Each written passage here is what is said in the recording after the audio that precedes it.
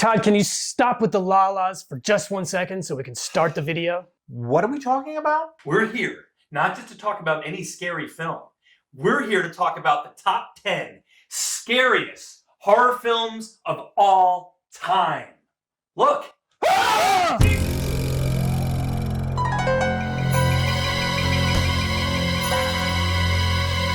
Welcome back to another List Highway. As we mentioned, we're here to talk about the top 10 horror films. Not easy. This is an agreed upon subjective list. Yeah. We had to agree on this top 10.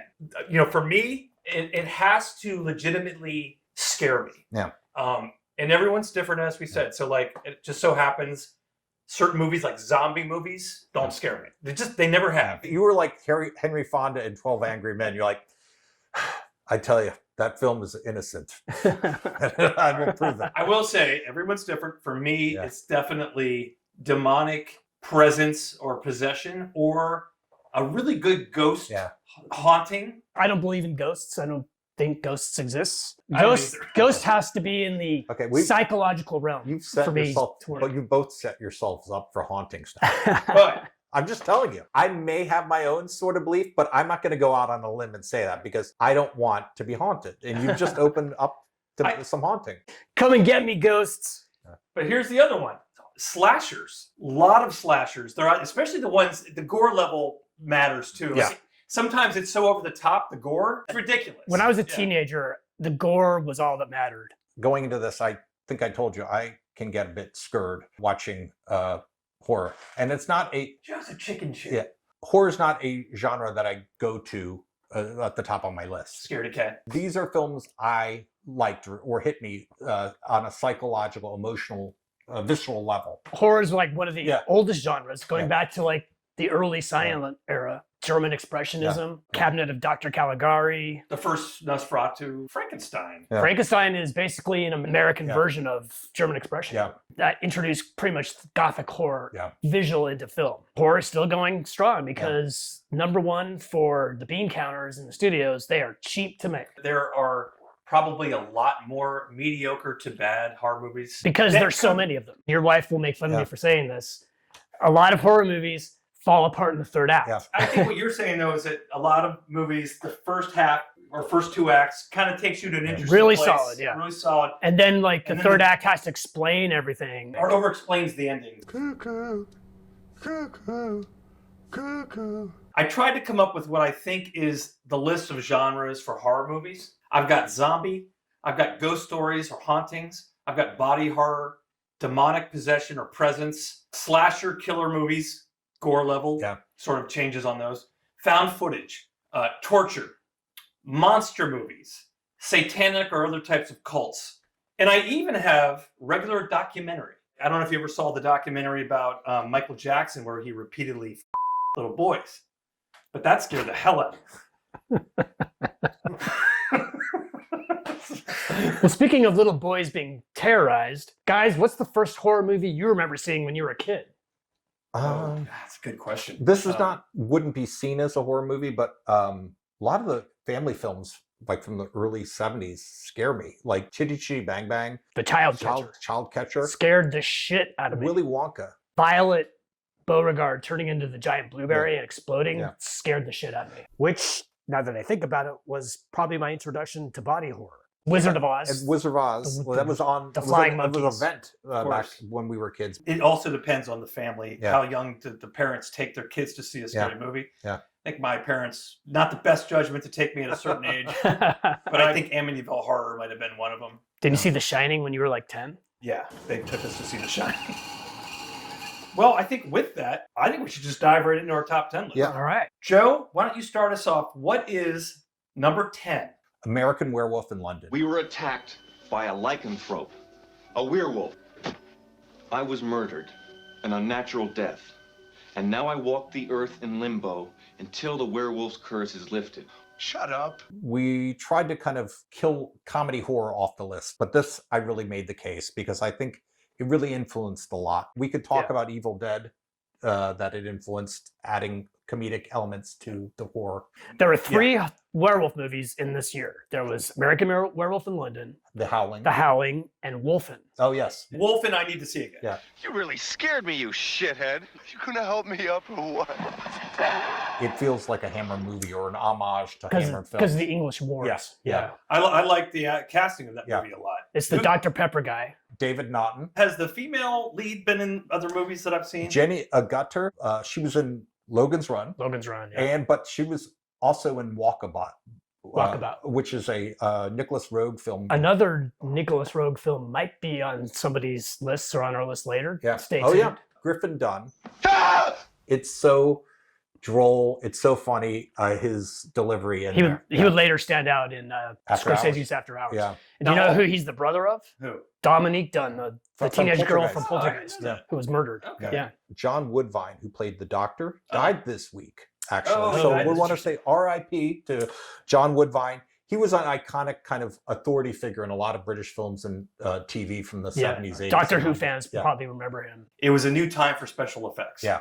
And so they spent a lot of time wanting to show you how good they got at the transformation of a man into a werewolf. Rick Baker, I think, had been working for a few years prior to this, but this was like his calling This card. was his big showcase. And it is the best one. You wouldn't have had him doing thriller makeup. It's way better than the one in The Howling. Yeah. I saw The Howling recently, too. It does not hold up.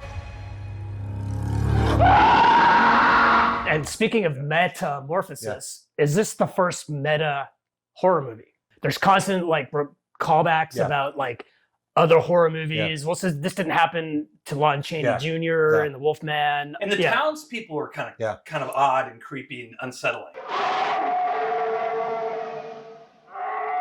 I'll do number 9. The Wicker Man.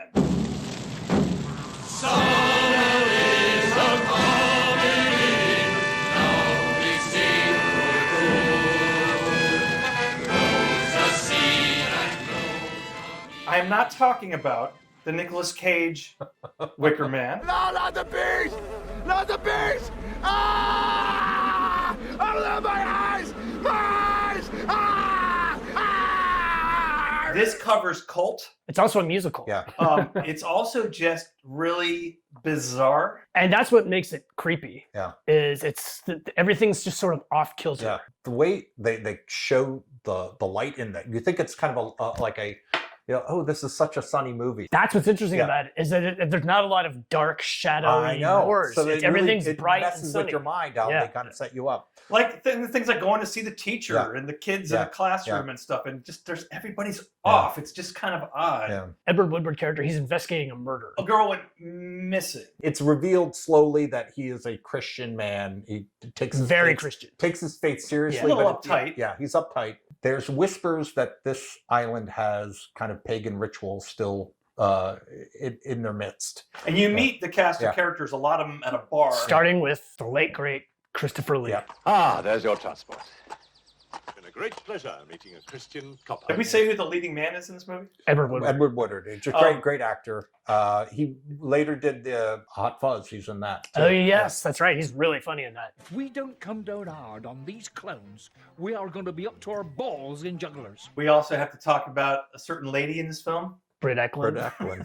One of the parts where it becomes a musical. She's also she's very full frontal, shall we say? She's striking. She's very beautiful. Yes. She's very sexual in this. Was she married to Peter Sellers at this time? Yes. Knowing the jealousy that he had, he probably freaked out. But right around the time of a Bond film starring both her and Christopher Lee. Yeah, that's right. The Golden Gun. Now the Golden Gun, like a year later. There's a lot of minor actors, minor characters, but they all do a great job. Yeah. Screenplay was written by Anthony Schaffer, who wrote the screenplay for Hitchcock's Frenzy. And then he also did the play movie Sleuth, which is a great movie with a really good movie. Olivier and Michael Caine. Michael Caine. And this movie has a great delivery in terms of the ending. And by the way, none of these movies that we're going to talk about, including this one, has a bad third act. Yeah. No. They all flow. You, Sergeant, are the right kind of adult, as our painstaking researches have revealed. Let's dive right into number 8. Number 8 is one of my favorite horror movies, and this movie is horrific. Twin Peaks, Fire Walk With Me.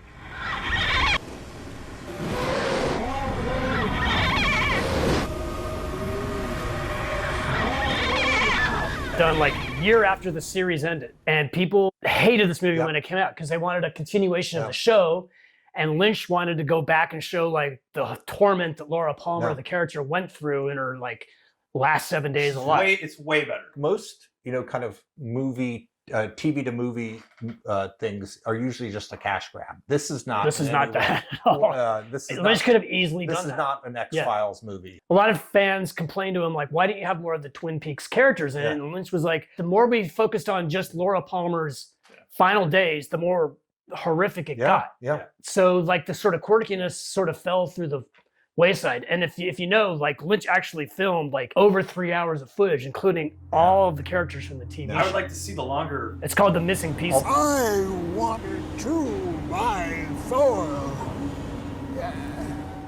This is classified, I'm pretty sure, I would classify this as a psychological terror. Yeah. And they're supernatural. It's tormenting her, though. Like she is tormented in a pretty disturbing and scary way throughout this film. Yeah. The supernatural character of Bob, they're like, is scary as shit. And it works on different levels. Like even if you take the supernatural element out, it's the story of a father who's sexually molesting his daughter. And that's horrific on itself. Terrorizing her. Yeah. Spoiler alert. He is possessed by Yeah. Bob. Right. The killer Bob. Who's a Black Lodge entity. She's also incredibly damaged. Yeah. And Cheryl Lee, like, gives, like, I think one of the best film performances, like, of all time. She is fearless in this movie. Best scared person in a horror movie. Yeah. Best scream. Best scream. They should document that scream. That should be the scream you hear. The recycled screams in horror movies should be Cheryl Lee. Yeah. Ray Weiss as Leland Palmer, her father, is great. He was great on the show. He's awesome in this. But I would say this: we just lost David Lynch recently. Died earlier If you want this to year. see a great film by writer-director David Lynch, scary movie. If you've never seen Fire Walk with Me, our number 8, check it out.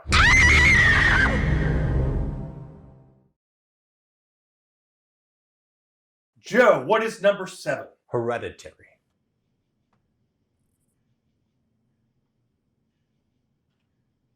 Very scary movie. I find it more disturbing than scary. Creeps me out. So creeped me out. I didn't watch it in one full sitting. I had to break it up into chunks. I was unnerved. I was too fascinated just figuring out where they're going with the story. Because you don't know it's a cult movie But for a once while. you do realize it is a cult, that's when you get really creeped out. And again, I have to say, for me, demonic, cult in this case, cultish, demonic movie. Possession. Well, you're right. That's the whole point. That's carried through it. Acting is just top notch in this. Toni too. Collette. She's one of the best actresses in film, I think. And I think She's so good. Yeah, from Muriel's Wedding up to where she is now, she can just shapeshift. I loved her as the mom in The Sixth Sense. Yeah. Horror movies don't ever get like noticed by the Academy Awards.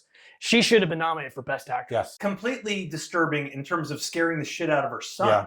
I like the husband. Gabriel Byrne. He's great in it. Yeah. He's like perfectly calm and rational until he finally loses it. They also very cleverly set up the cult by showing these little moments, like at the grandma's funeral. You see this guy, he's just creepily smiling at the daughter. Yeah. You also see later this woman who's at her school just outside the fence. This is Ari Aster's first film, right? It is, yeah. And this kind of launched him, and he keeps going back to horror or some aspect of horror. I think cult is a thing for this guy. I mean, and even if it doesn't on paper look like a horror, like Beau is Afraid. That's great. That is a horror film. And Midsummer, of course. Yeah. I have to call out the young actors. Nat Wolff. He's really good. Yeah. He's excellent. The little girl. Yeah. Again, another perfect flow from first, second, third act. Great reveal at the end. I'm glad we have like a 21st century horror movie on this list. Yeah. Absolutely. Do we have another one? I believe so.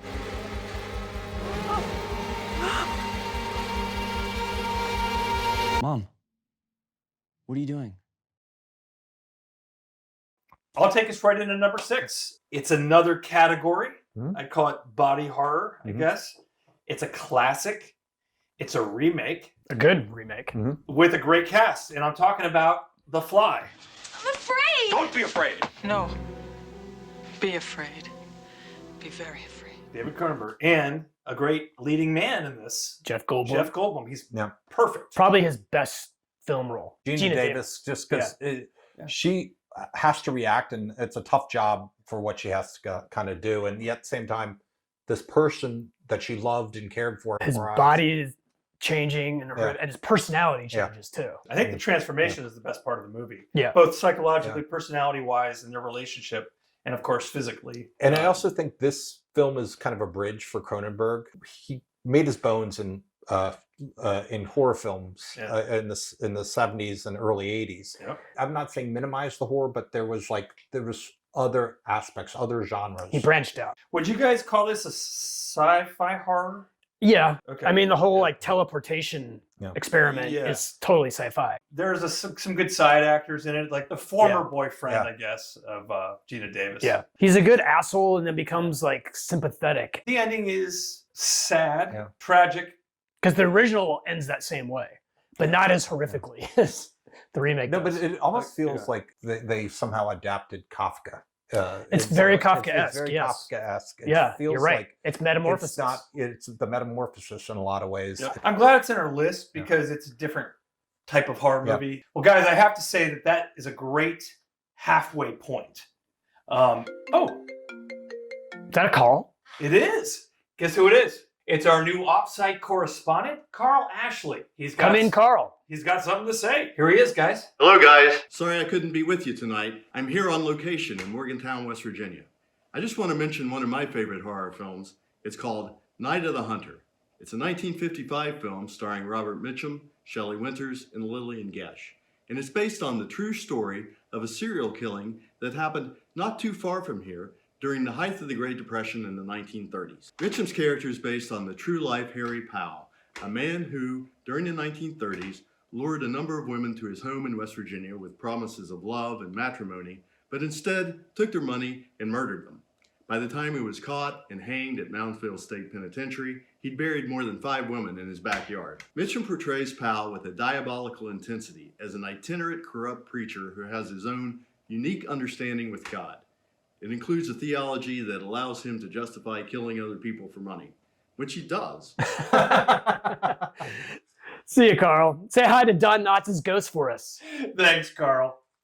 You know, I haven't seen Night of the Hunter in a long time. I'm glad we didn't forget about that movie because Gothic Southern horror is important. It was nice to hear from our West Virginia correspondent, but it's not in our top 10. It's a good sidebar, though, about horror films. Well, guys, believe it or not, we are now in the top 5 horror movies of all time. Chris, take us away. Well, this is where the shit starts to get real. Number 5 is a visceral horror movie. Some might say it's the prototype of the slasher film. It is 1974's Texas Chainsaw Massacre, directed by Tobe Hooper.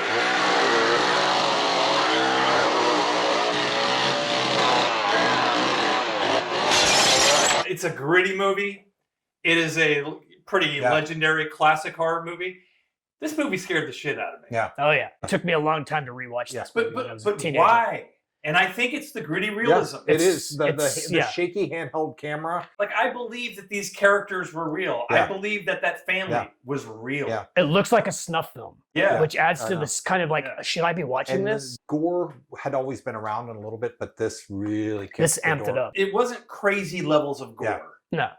It was more psychological. It's visceral. And the set design is really super creepy. By the way, filmed in a horribly uncomfortable midsummer setting in Texas. Even though it came out in the early to mid 70s, it has it's not going away. It's like people will discover this. I just rewatched it for this. There's a 4K, I think, 50th anniversary. Which I think the remastering takes away from the grittiness of it. The reason I disagree is I somewhat enjoyed the clarity of the 4K, and I still, for some reason, I think they still had the grittiness in there. But I have to say, everything from the family member who joins them in the van, the hitchhiker scene, of course, the main killer is completely disturbing. Leatherface. That guy they meet later, the gas station guy who kidnaps her and takes her to the house, his acting is great. Yeah. You believe he's this inbred crazy person. You completely believe he's inbred. I would say we talked about Cheryl Lee earlier, who's great in Walk With Me. This girl rivals her. I totally believe this girl is terrified, but her freak out scream at the end and getting away from the killer in the truck scene at the end, It's up there. Yeah. Intense, man. I like Toby Hooper as a director. He didn't have like a very kind of sustained career, but he had some peaks. He directed an 80s classic, which may be on this list, maybe on one of our honorable mentions. There might be some people in the comments that for about Funhouse. A lot of people, but like in terms of gore and hold that up. And he also did a horror sci-fi movie, Life Force. Which I liked when I was a teenager. I watched it again recently, and it's really bad. I got an uncle that works at a slaughterhouse. Hey, my brother worked there. My grandfather too. Joe, what is number 4? The Witch. Or as some people say, the way that the font is in the poster, the Vavitch. The Vavitch. Boo! There you are. Boo! Sam? Samuel! I love The Witch. I think it is a solid film. I think it's a unique horror film. I think the acting is great. The screenplay is phenomenal. Again, great first, second, third act. It messes with our kind of historical perspective of like witches aren't real, right? You know, and this upends that. Yeah. So of all the Robert Eggers films, this is my favorite. Javan Blaschke is the cinematographer, and he's amazing, really good. And they worked on, I think, their subsequent films together, and he just has a great eye, and I think just how the light is used in that. Yeah, good natural lighting. Anna Taylor-Joy, of course. So good. This is her like debut, I think. Yeah. Right? She's so good. She's like she's in the stratosphere now. And Ralph Ineson, who played Finchy in The Office. The British Office. So good. He's the father in this. Yes. He's really good. 'Tis no ease to rise on a grey day. The devil holds fast your eyelids. That's a great segue into the dialect, which makes this movie very unique, I think. Mm-hmm. Right. It's the way the Puritans probably spoke. He went back to like documents and that sort of thing. Someone could have easily made a movie that they didn't waste their time doing that. But that's what adds to this movie's uniqueness to it, is the dialogue. Absolutely. Yeah. And you have to pay attention to it. That's why this isn't just a horror movie you can put on in the background. You actually have to watch this. I am completely transported. Yeah. I believe that I am back in that time period. I like that Ralph Ineson's character and family, basically him, was even too crazy for like the Massachusetts Bay Colony, and they've been exiled from it. Yep, that's right. I love the subtleties of the horror. Yeah, I think that's why some people don't like this movie. And because I think it's when subtle. it just gets to the third act, that's when you're like, oh, that really kind of opens up. That's where it turns everything up. Yeah, it turns everything, and it's just such a big reveal. There's certain images that stay with you: the goat, the baby disappearing, the ending. As a horror movie, I give it an A. Mm-hmm. As a movie, it's an A. Yeah. Just on its own. As a film, it's an A.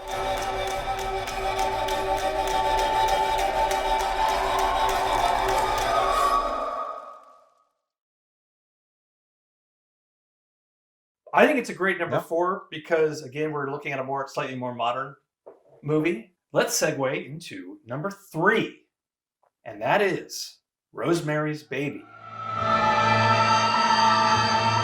This is no dream. This is really happening. We're revisiting cult again. Yeah, this is another satanic cult. Yeah. There's a personality to this movie that's unique. And it seems like we watch scenes that just feels like you're still sleeping. How there's a soft haze in like a lot of the scenes. Yeah, you don't know like if Rosemary's awake. Yeah, certain points. Yeah, John Cassavetes, who's a great director in his own right. He's the husband. He's the husband. I think the moral of the story is don't trust struggling actors. Can I also say don't marry a selfish prick? I know. Yeah, so. But yeah, Mia Farrow's great. Mia Farrow's great. I think the main thing that stuck with me are the side actors, the cult members. Yeah, Ruth Gordon. As Minnie Cassavet and Roman Cassavet, the husband. I forget his name. Who was the doctor? Ralph Bellamy. Who had been acting since the 30s. He was always the other man. By the third act, they would ditch for like Cary Grant, i.e., like His Girl Friday. His Girl Friday, and then by the 80s, he was the old guy in Trading Places, and here he is so scary. It smartly takes actors like that who like the audience has a certain level of trust with, and they usurp that. They betray her. And it's a small role, but it's his first film. Charles Grodin, one of my favorite actors. Now we should also mention that this movie was filmed in the Dakota, which is a famous New York apartment building. John Lennon. Later, occupied by John Lennon and Yoko Ono. Where he was assassinated. So there's a lot of even after this movie, macabre ties to it.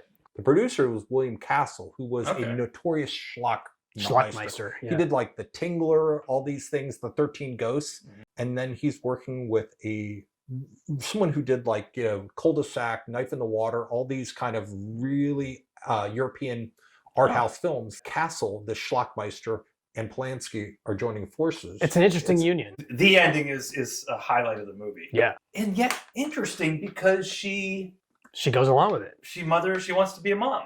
Or does she? Maybe she's planning to kill the baby. She has to play along for a certain point. We don't know. But that's why it's a great ending. Yeah. That's a perfect 60s ending where it's ambiguous. Yeah. It's ambiguous because they could take her out. Yeah. Yeah. But they don't want to. Because she's the mother. But it wasn't always scary. Ruth Gordon, Yeah, she's played to comedic effect, but she also is menacing. Yeah. In an off-key kind of Her way. husband's more menacing to me than Ruth. He's got that great voice. Yeah. Yet again, another unique horror movie on our list.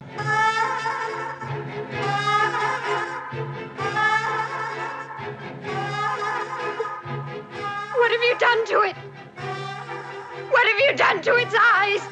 He has his father's eyes. We have arrived. Mr. Pumpkin, can you believe that we've arrived at the top 2 horror films of all time? About time. What is number 2, Chris? Most people might put this as number 1. And it's a struggle between number 1 and number 2. But Some people might not even have this in the top 10. I just want to say that. Those people are insane. Number 2 is Stanley Kubrick's The Shining. Come and play with us, Danny. Forever. And ever. And ever. There is some controversy that King does not like this adaptation at all. He remade it himself. He remade it in the 90s with Steven Weber, and he does not like this version. The child who plays Danny in that is, I mean, not to like diss child actors, but that kid is terrible. Yeah. But by contrast, the kid in Kubrick's The Shining, Danny Lloyd's great. He's like a flawless, like little kid performance in a horror movie. Interesting factoid. Did you know that Kubrick wanted little Carrie Guffey for this role? But his parents said no. Wrong casting for this. I don't know. I think, a little bit older, Carrie Guffey could have pulled it off. Danny Lloyd's facial expressions. Speaking of this, do you know who Kubrick wanted for the caretaker Scatman Crothers part originally? And he pitched? Who? Slim Pickens. Slim Pickens remembered what the shoot was like for Dr. Strangelove. I don't want to be in England for like 3-4 months. I am noticing a theme, by the way. Some of our best horror movies do have great female terrified acting going on. Shelley Duvall is awesome in this movie. Yeah. I believe that she's freaked out, terrified. We know now because Stanley Kubrick was... The ordeal she suffered during the making of this. He was like psychologically abusing her. There's a documentary, if you haven't seen it. It's pretty crazy. It's filmed by Kubrick's daughter, Vivian. Yeah. Vivian Kubrick. We're fucking killing ourselves out here, and you've got to be ready. I am too. I'm standing Should we right play by mood the music? door. No, I can't Yeah, but when you hear. came in like this, you said it is. We're sitting there because they say, wait a minute, and then you say on the radio, But when you go. do it, you've got to look desperate, Shelley. You're just wasting everybody's time now. Being mean to her, but not Jack Nicholson. Yeah. Praising Jack as often as he can. I think we can say Kubrick is being an asshole. The thing is, like, you could say, like, maybe there's a method to the madness. It's just pure meanness. Poor girl just got dumped by Paul Simon on the way to the airport. Yeah, that's right. And then had to be psychologically abused by Stanley Kubrick for like 7 months. She just did a great job acting. Yeah. I always feel sad that, she got bullied by Kubrick when she worked with Robert Altman in numerous films. The same year that The Shining came out in 1980, she also was in Popeye, which was viewed as a big film with Robert Altman. I've always liked Robin Williams. Popeye. I love it, but it just didn't do She's that well. awesome as Yeah, she's awesome. She's She so is olive good. oil. Yeah. Well, we talked about Danny. We talked about Shelley. We have to mention Jack. Here's Johnny. Yes, he's over the top in this movie. But he's also understated in certain points too. I think it's a great... I think a lot of people dismiss Jack for being over the top, and I don't think they ever actually get his nuances. I agree. And I also think he delivered the right performance for this movie. My one fault with this movie is, and I think that's in the screenplay, Jack Torrance never seems sympathetic to his family or the audience. Yeah. He's always like this a crazy is one asshole. of the biggest beefs that Stephen King has with this adaptation. Right. Yeah, and you like- don't see the dissent. And there is that one scene where he like bonds with Danny in the hotel bedroom. Kind of. He's But, being yeah. weird, too. But he's still being weird. He's Right. being creepy, too. Yeah. All the acting is great. I like Scatman Crothers. Yeah. He's always great. Yeah. I mean, you can never go wrong with Scatman. And the lodge itself is... It's one of the greatest film sets of all time. So filmed in Oregon, I think some exteriors, but an incredible front facade of the hotel set. And the interior. The maze. What would you call the psychological horror? A haunting? It's a ghost story, yeah. There is some kind of telepathy. Yeah, the supernatural telepathy. But isn't it open for interpretation? I mean, if you're... I don't think it is. It's isolation sickness. I don't think... I mean, that's one way to view it, but then how does Jack Torrance get out of the locked freezer? Right. There's a scene where suddenly there's a ghost talking to him, and the ghost apparently unlocks the freezer. Only ghosts could do that. Yeah. That's a good point. But beyond the scariness of the ghost story, it's also a dad going crazy and trying to kill his family with an axe. And to me, that's always been the scariest part. Yeah. I'm coming! You can't get away! Joe Perry, what is our number one of our top 10 scariest films of all time? It's The Exorcist.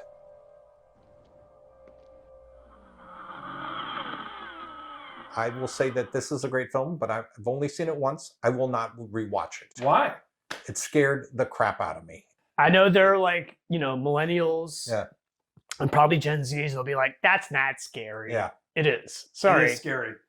It's scary because, again, some gritty realism. I think the scariest parts are the scene where Reagan's undergoing the brain test and the psychological test. It's disturbing. But her acting, I'm not saying Linda Blair's a great actress otherwise. Yeah. I think she's perfect in this film. No, in this film, she is perfect. A possessed, teenager. Yeah. It's shocking. I think first and foremost, it's a drama. Yeah. And it's a drama of this mother who, what the fuck is happening to her daughter? Yep. She has no idea. She basically gets to her wit's end. The creepiness is that it goes from that drama aspect that you're talking about. And it's disturbing. Yeah. And slowly these reveals are happening. Yeah. Something more bizarre and scary is going on. Going to Father Karras is her last resort. And Jason Miller is great. Based on the book by William Peter Blatty, which is also a really good book. The book is actually, it's from the Lieutenant Kinderman's point of view, played by Lee J. Cobb. Yep. So it's more of a kind of a police procedural. Yeah. And it works on that level too. Filmed in DC, especially Georgetown University. Great Georgetown the iconic Exorcist steps. The iconic steps. We also have to talk about the priest who's introduced at the beginning and revisits us for the main exorcism scene. Max von Sydow. Who's only in his early 40s. Yeah. And the makeup in this movie is you really believe he's in his 70s, this haggard. This priest has seen some shit. And I don't think you get any scarier than the second half of this film. The makeup, the acting, all the bedroom scenes where she is fully possessed. Well, I do think a lot of visuals is tied to Owen Roisman. Oh, cinematographer. He was a seminal 70s cinematographer. Yeah. Like Kubrick, William Friedkin, the director, did some underhanded tactics to get certain performances out. And there's a scene where Ellen Burstyn, Reagan's mother, is in the bedroom and she gets propelled back. Ellen Burstyn is actually doing the stunt. She's hooked up to a harness. And William Friedkin whispered to the gaffer, pull extra hard, and fucked up Ellen Burstyn's back. And he also has gone on record if I have to slap an actor, I will, or something like that. So he just Where's Reagan? In here with us. I love the voiceover work. With the demonic possession. Mercedes McCambridge. It's got great sound design. The old opening in Iraq. But at the same time, I would say maybe watch during the daytime and then have your phone handy. If you could reach out to somebody, if you need help to talk to someone, to talk you down. If you're Scaredy Cat Joe. Okay. Non-Scaredy Cat Todd has watched this movie many times in the dark, in the room, by myself. And it sounds I like watching this at 2 a.m. It scares the shit out of me. Just before I get into bed. I watch this every Halloween. It's that good. It's a perfect Halloween movie. Your mother's in here with his card. Would you like to leave a message? I see that she gets it. Guys, I think that is a great top 10 list. Very good. Hey, Chris, is there any way that you could put up the top 10 list right now so people could see it again? You mean like this? Wow, good list. That's just every time I'm just blown away. Yeah, blows me away. Yeah. So let's talk about what didn't make our top 10. This was really hard to come up with the top 10 because we all had honorable mentions that we're going to talk about now. We each get 5. We're going to go through them very quickly. We all argued at times to have some of these honorable mentions in this top 10 list. Here are my 5 honorable mentions. Scream. You never told me your name. Why do you want to know my name? I want to know who I'm looking at. Yes, it's a slasher movie. Those aren't usually my favorite. I think it's a unique slasher movie. I think it had some comedy mixed in. Had a good pacing. But it's also kind of meta horror like American Werewolf in London. And it's a comedy, too. Yeah. Nosferatu. Which one? 2024. Come to me. Come to me. It's also a remake of Werner Herzog 1979. With Kinski. It's really good. Number 3 for, well, I don't need to number these. They're not in any particular order. Amityville Horror.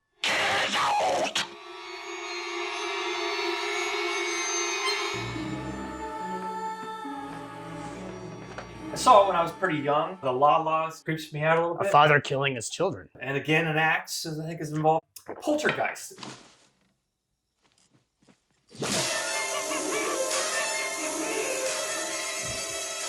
Not the one from 2015. And No. 1982 Poltergeist. It's a family kind of horror movie. I've always viewed this movie as a funhouse kind of ride. It's a great movie. My 5th honorable mention has to be on here, and I'm guessing some of you are wondering why it's not on our top 10.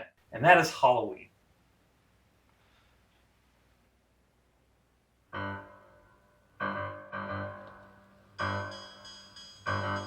This was close for me to try to get it into the top 10 somehow. I resisted it.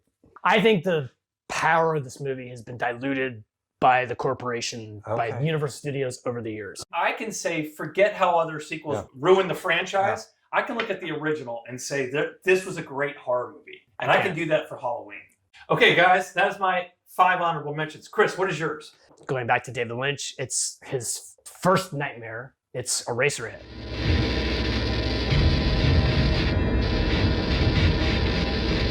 Lynch has gone on record saying this is his nightmare of becoming a father for the first time. It's completely unique. Yeah. 100% unique. Number 2 is a Swedish horror vampire movie called Let the Right One In.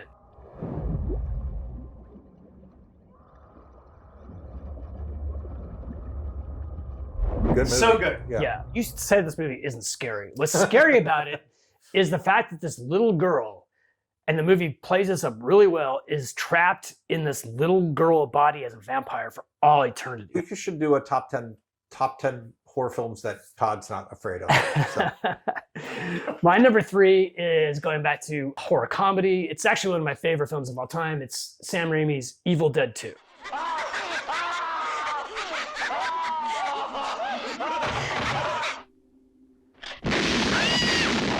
A lot of people love Evil Dead 2. One of the top 10 film performances in any film. It's Bruce Campbell. The camera in itself is a character. Yeah. What's your next one? Number 4 is a movie called Deathline.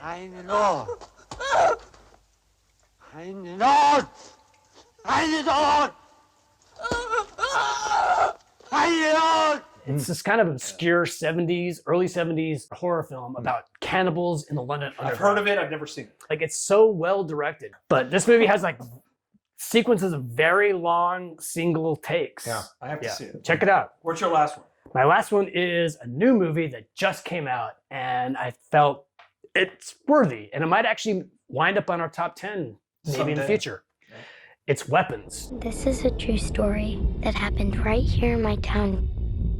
A lot of people die in a lot of really weird ways in this story. I saw it with you. I think it's unique. I think it's very unique. It's got this Rashomon sort of, or maybe Pulp Fiction-esque sort of like vignettes where you're seeing different scenes through different characters. I have to say, like, there have been some interesting movies, horror movies these days. There's a lot of bad ones. Yeah. But like Long Legs kind of intrigued me with Nicolas Cage. Fell apart, third act. But I think Weapons is solid. And Amy Madigan, her character is going to be a horror icon. And for like a wimp like me, how scared do you think I would be? It's not on the Exorcist level of scare, but it's an interesting story. So yeah, I think Weapons is a movie that could possibly actually crack the top 10 in a few years. Who knows? It's that good. Joe, give us your 5 honorable mentions. Dawn of the Dead. What are they doing? Why did they come here? some kind of instinct, a memory of what they used to do. This was an important place in their lives. You know who doesn't think this is a good movie? Yeah. That guy. I like this. This is a brilliant commentary on consumerism. I like horror movies and sci-fi to have something to say, and that movie has something to say. And this is like Night of the Living Dead shocked people in 1968. This really kicks it up. It's got Tom Savini's like gore makeup. This And is it's really By the way, good. I think it's a good movie. Yeah. I just don't think it just doesn't scare. Zombies don't typically scare me. One other horror film that came out right before this that Romero did called Martin, which is a really funny vampire film that I think kind of influenced Vampire's Kiss. You know, I think you might be right. Next up is Don't Look Now. Come on.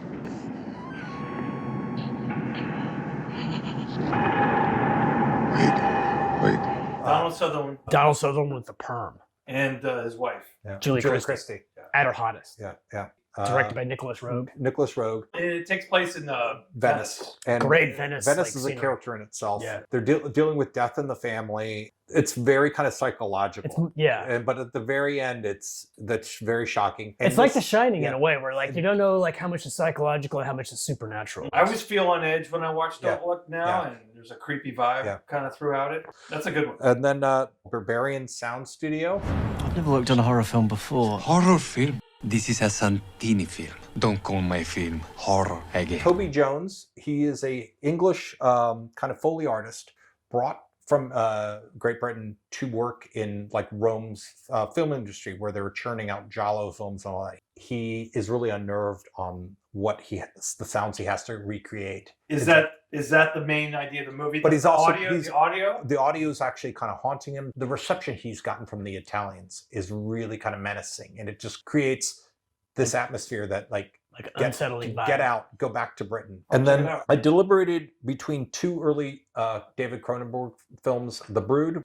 Classic. The one I chose was Videodrome.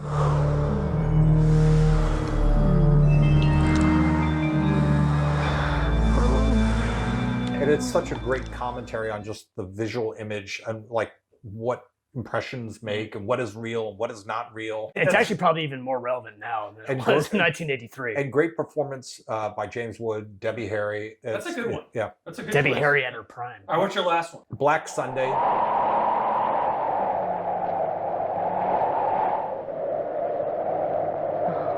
Not the 1977 terrorist at the Super Bowl movie. John Williams scored the 77. But you're talking about Black Sunday.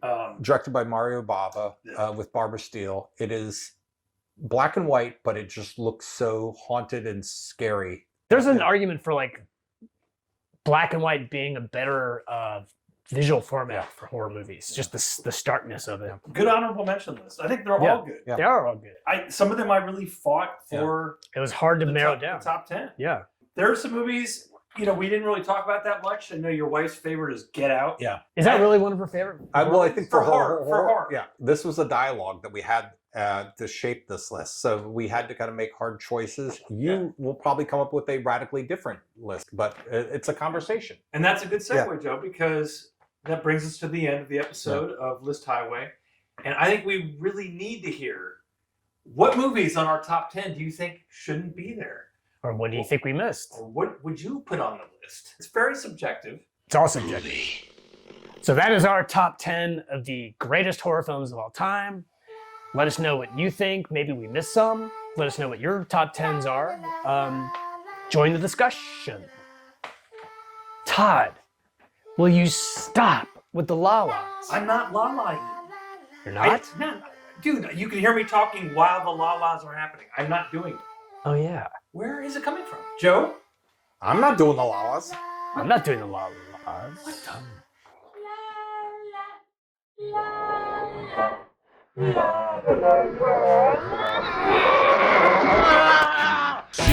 the key to the front door of love. The key to the front door of love.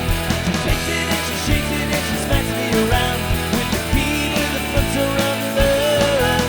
She locks it and she packs it without making a sound. The key to the front door of love.